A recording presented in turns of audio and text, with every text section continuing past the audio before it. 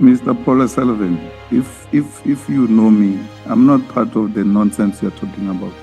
Not me. I'm not part of any nonsense you're talking about. I'm not part of any slush fund or anything. I question people the same way I'm questioning you, all of them, including Lieutenant General Mkwanazi. I questioned him because I'm about the truth and nothing else but the truth. And I'm not going to be patronized or be intimidated by anyone. Not me. They can try with other people, not me. Okay. So you must never ever group me with people who are involved with some people who are doing wrongdoings in the crime intelligence. If you have been following the proceedings here, you will see that I've taken the same posture with everyone. You are talking about former General Patlani. He's still coming to us. We are not done with him. When his turn comes, we'll attend to him. You are saying you are a certified fraud examiner. Who certified you? The Association of Certified Fraud Examiners. So, association where, here or in the USA? It's the US. It's based in Austin, Texas. So they give you a certificate which you perhaps attached here, which we can make reference to confirm that you are a certified fraud examiner. Well, if you look at page 73, they don't have a matric. No, I'm saying it does. So you've got matric. They don't have a matric. No, I'm saying it doesn't matter what they call it. I think it would be called the equivalent of a matric. You've got an equivalent of matric. Correct. From there, which post-matric or post-A1 level did you go to? So, university or technicon or anything of that sort? I went to a technicon, but I'm not prepared to discuss my educational background. Which one? I said I went to a technicon, but I'm not prepared to discuss my educational background. I made that clear. And no, you have to discuss your educational background because you took our money. We hired you at AXA. At AXA. No. That's our money. Okay. You only get that money if you have reached certain particular qualifications. So we want to see if you received that money legitimately. Which money? AXA. You worked for AXA. They were paying you a salary. They paid a salary. Yeah. I gave them a good return on that money. No, it doesn't matter. Did you get any tertiary qualifications? Yeah, I did. Which is what? I'm not prepared to discuss it. But I want to check if you're qualified. You go ahead and check. No. I want to check with you if you're qualified to be head of aviation security. Well, then you should perhaps speak to us. And if you look at the report of the 2002, there is no even such a structure in the organogram of AXA. In the report of AXA, there is nothing called group aviation security, group heads aviation security. You are the only person who's using that concept. No one at AXA is using that concept. Even the advert, there were 2 adverts that year which were taken out. None of those adverts say group head aviation security. They say aviation security. So I don't know where you're getting your information from, but I think it's defective. I'd like to refer you to a page in the annexes.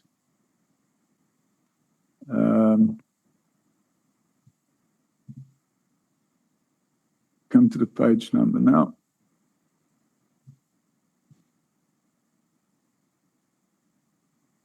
I'd like you to refer to page 62.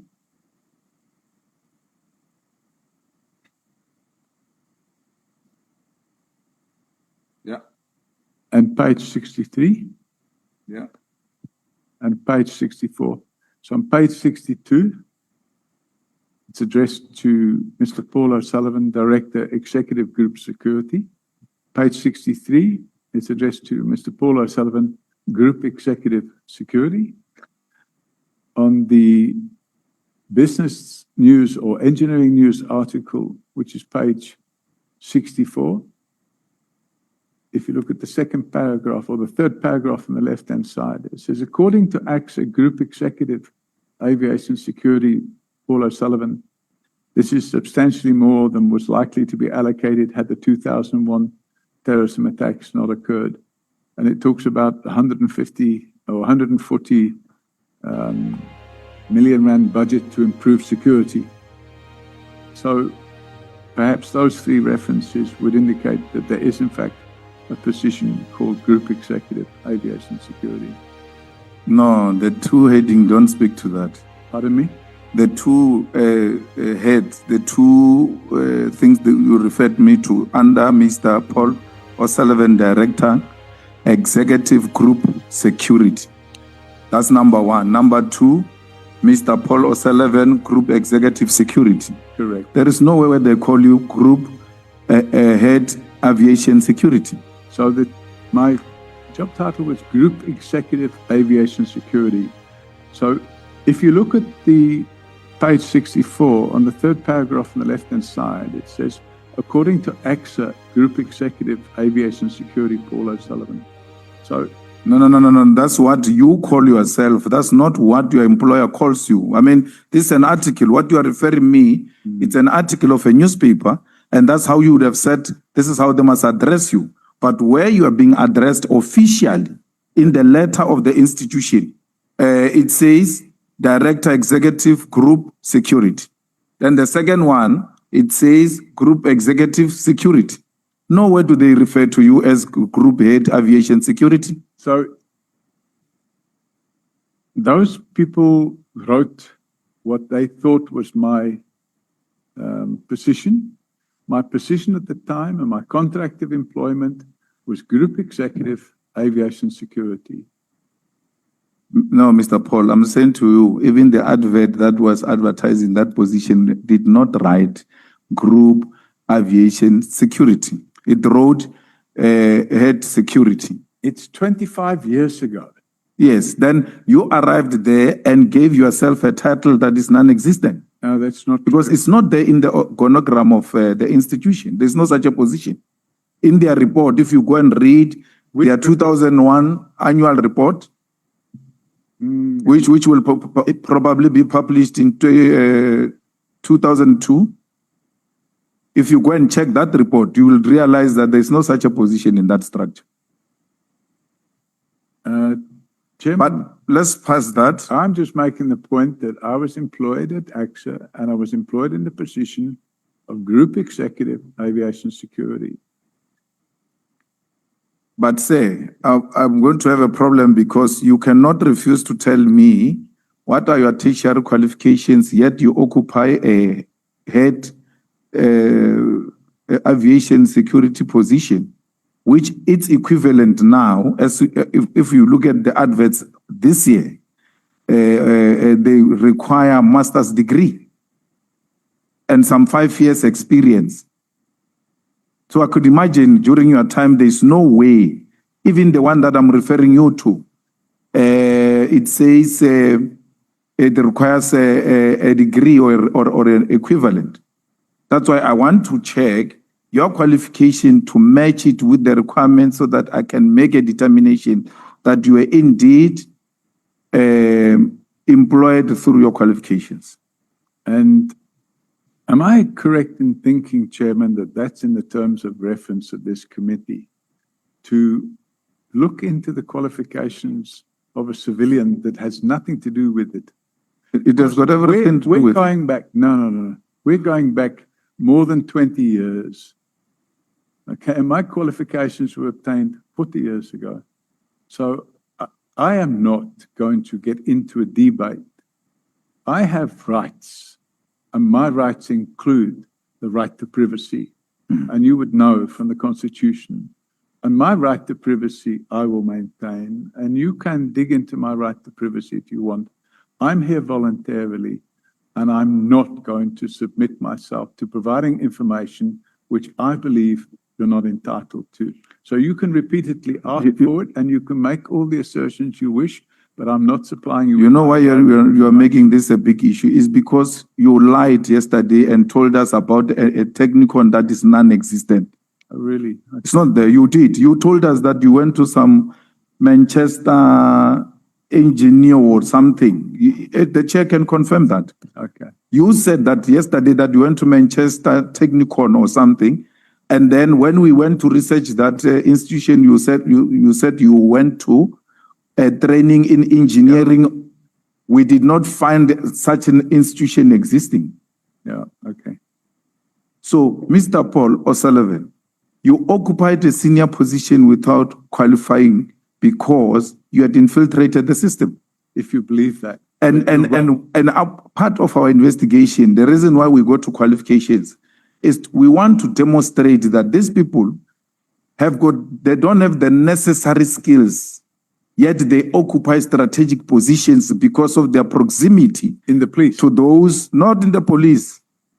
But aren't we supposed to be looking, Chairman, at the allegations from the KZN Commissioner of Police, and instead you're now diverting? So what you've actually done, Chairman, is you've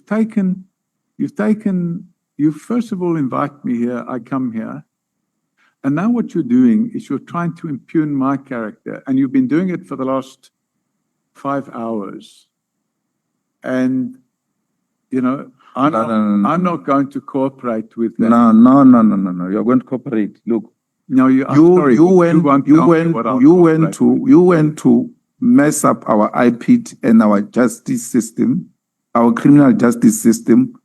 We're trying to establish as to who is this person who is alleged to have done the following in the institutions that we're investigating. It is in that context that we're asking you about yourself.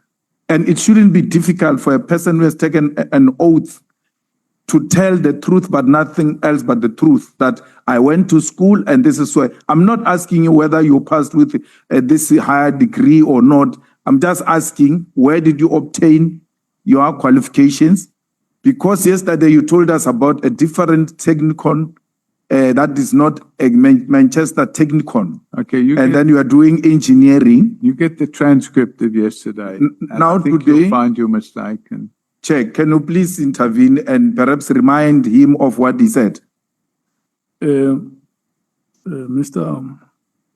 Paul Robert O'Sullivan, you went to Manchester Technicon.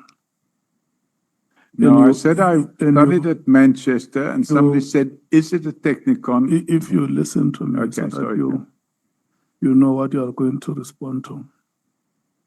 You went to Manchester Technicon and you obtained a higher certificate in electronics. That is the evidence that you deposed here Yes, yesterday. that's correct. And that is correct. Okay. But it's absolutely not called Manchester Technicon. But, you know, somebody said, is it a Technicon? I said, yes, but it's not. But anyway. You see, you are now changing that. Now that you are no longer prepared to talk about your qualifications. But I just demonstrated to you, you spoke about your qualifications yesterday. And you were not qualified to be employed as head of anything at AXA because you didn't possess the necessary qualifications. Number two, which I want to ask is, after you went to, the military intelligence, did you work anywhere else except when you left the military intelligence? Did I work anywhere? What? Did you work anywhere after you left military intelligence? Yes, I did. Where? I'm not telling you. Why? Because it's none of your business. It's none of my business. So, okay, that's fine. You don't have an answer. And no, you don't have an answer because the question after that was going to be, where did you get the money to invest in the property investment? Because you were just from school, went to military intelligence, and then the next thing you come to South Africa for tourism, you love the place, then come back to South Africa to invest in property development, and not only in South Africa, but in different kind of countries. Where do you get that money from? Because military intelligence will not have given you such pensions. No, pension, I don't get a pension at the age of 26 or 20. That's what I'm saying. Where did you get the money? Property development, and I made profit. Where did you get the money to invest in the property development? The first development I did, I borrowed the money from the bank, and I made it a profit. and I reinvested that profit in another property, and I made a profit there, and I reinvested that in another property, and I made a profit there. So that's how property development works. No, I don't buy that story. Mr. Paul Sullivan, property investment is a very expensive investment. My suspicion is that you were given money out of the military intelligence to go and be an investor in different countries to continue saving them, in spying those countries on their behalf. But you must look like you are an investor. With respect, Chairman, I think the honourable member has been watching too much TV. Why? Because you're speculating. You have never worked to get money to qualify to engage in property investment. How do you know that? That's what you told me, at least. You went to work at military in intelligence, and then from there you worked in a firm. You can't tell me, because if you tell me that firm, I will be able to evaluate, to check, and make 1 + 1 to see if we can make such money to invest in property investment. With all due respect, my property investment activities took place probably when you were still a baby. Yeah. But the reality of the situation is, if a person is an entrepreneur and he makes money, how can you then jump into the conclusion that that person is being paid from a government fund or something of that nature? That's pure speculation, and you don't have a shred of evidence. So what you're actually doing is you are making these speculations. It's your idea, and it's wrong. No, and I'm just pointing out that you are wrong. No, my idea is that because I was a baby, and it's not my problem that I was a baby, it is my mother's problem. She gave birth to me at that time. I've got nothing to do with what I was at that time.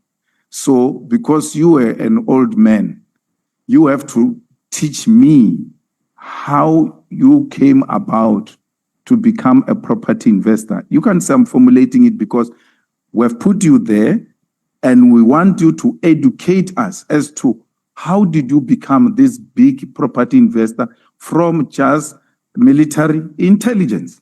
I won't say I was a big property developer, but I was a property developer.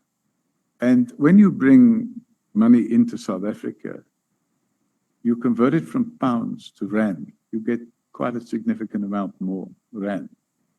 And if you look at the property prices overseas and you look at the property prices here, you can buy more property here for the same amount of money you will buy much less overseas. And I decided to get involved in property development. And if you find that suspicious, it's a problem. And I believe the reason you're finding it suspicious is because you and certain other members of this committee are looking for ways of covering up the criminal conduct of crime intelligence officials and the abuse of the slush fund. And that's why we have people like Pashlani, who's on trial at the moment, getting away with the crimes that they're committing, because Parliament, or certain parts of Parliament, are not exercising their duty of care and their duty to look after the interests of the country. Thank you, Africa, Mama Africa.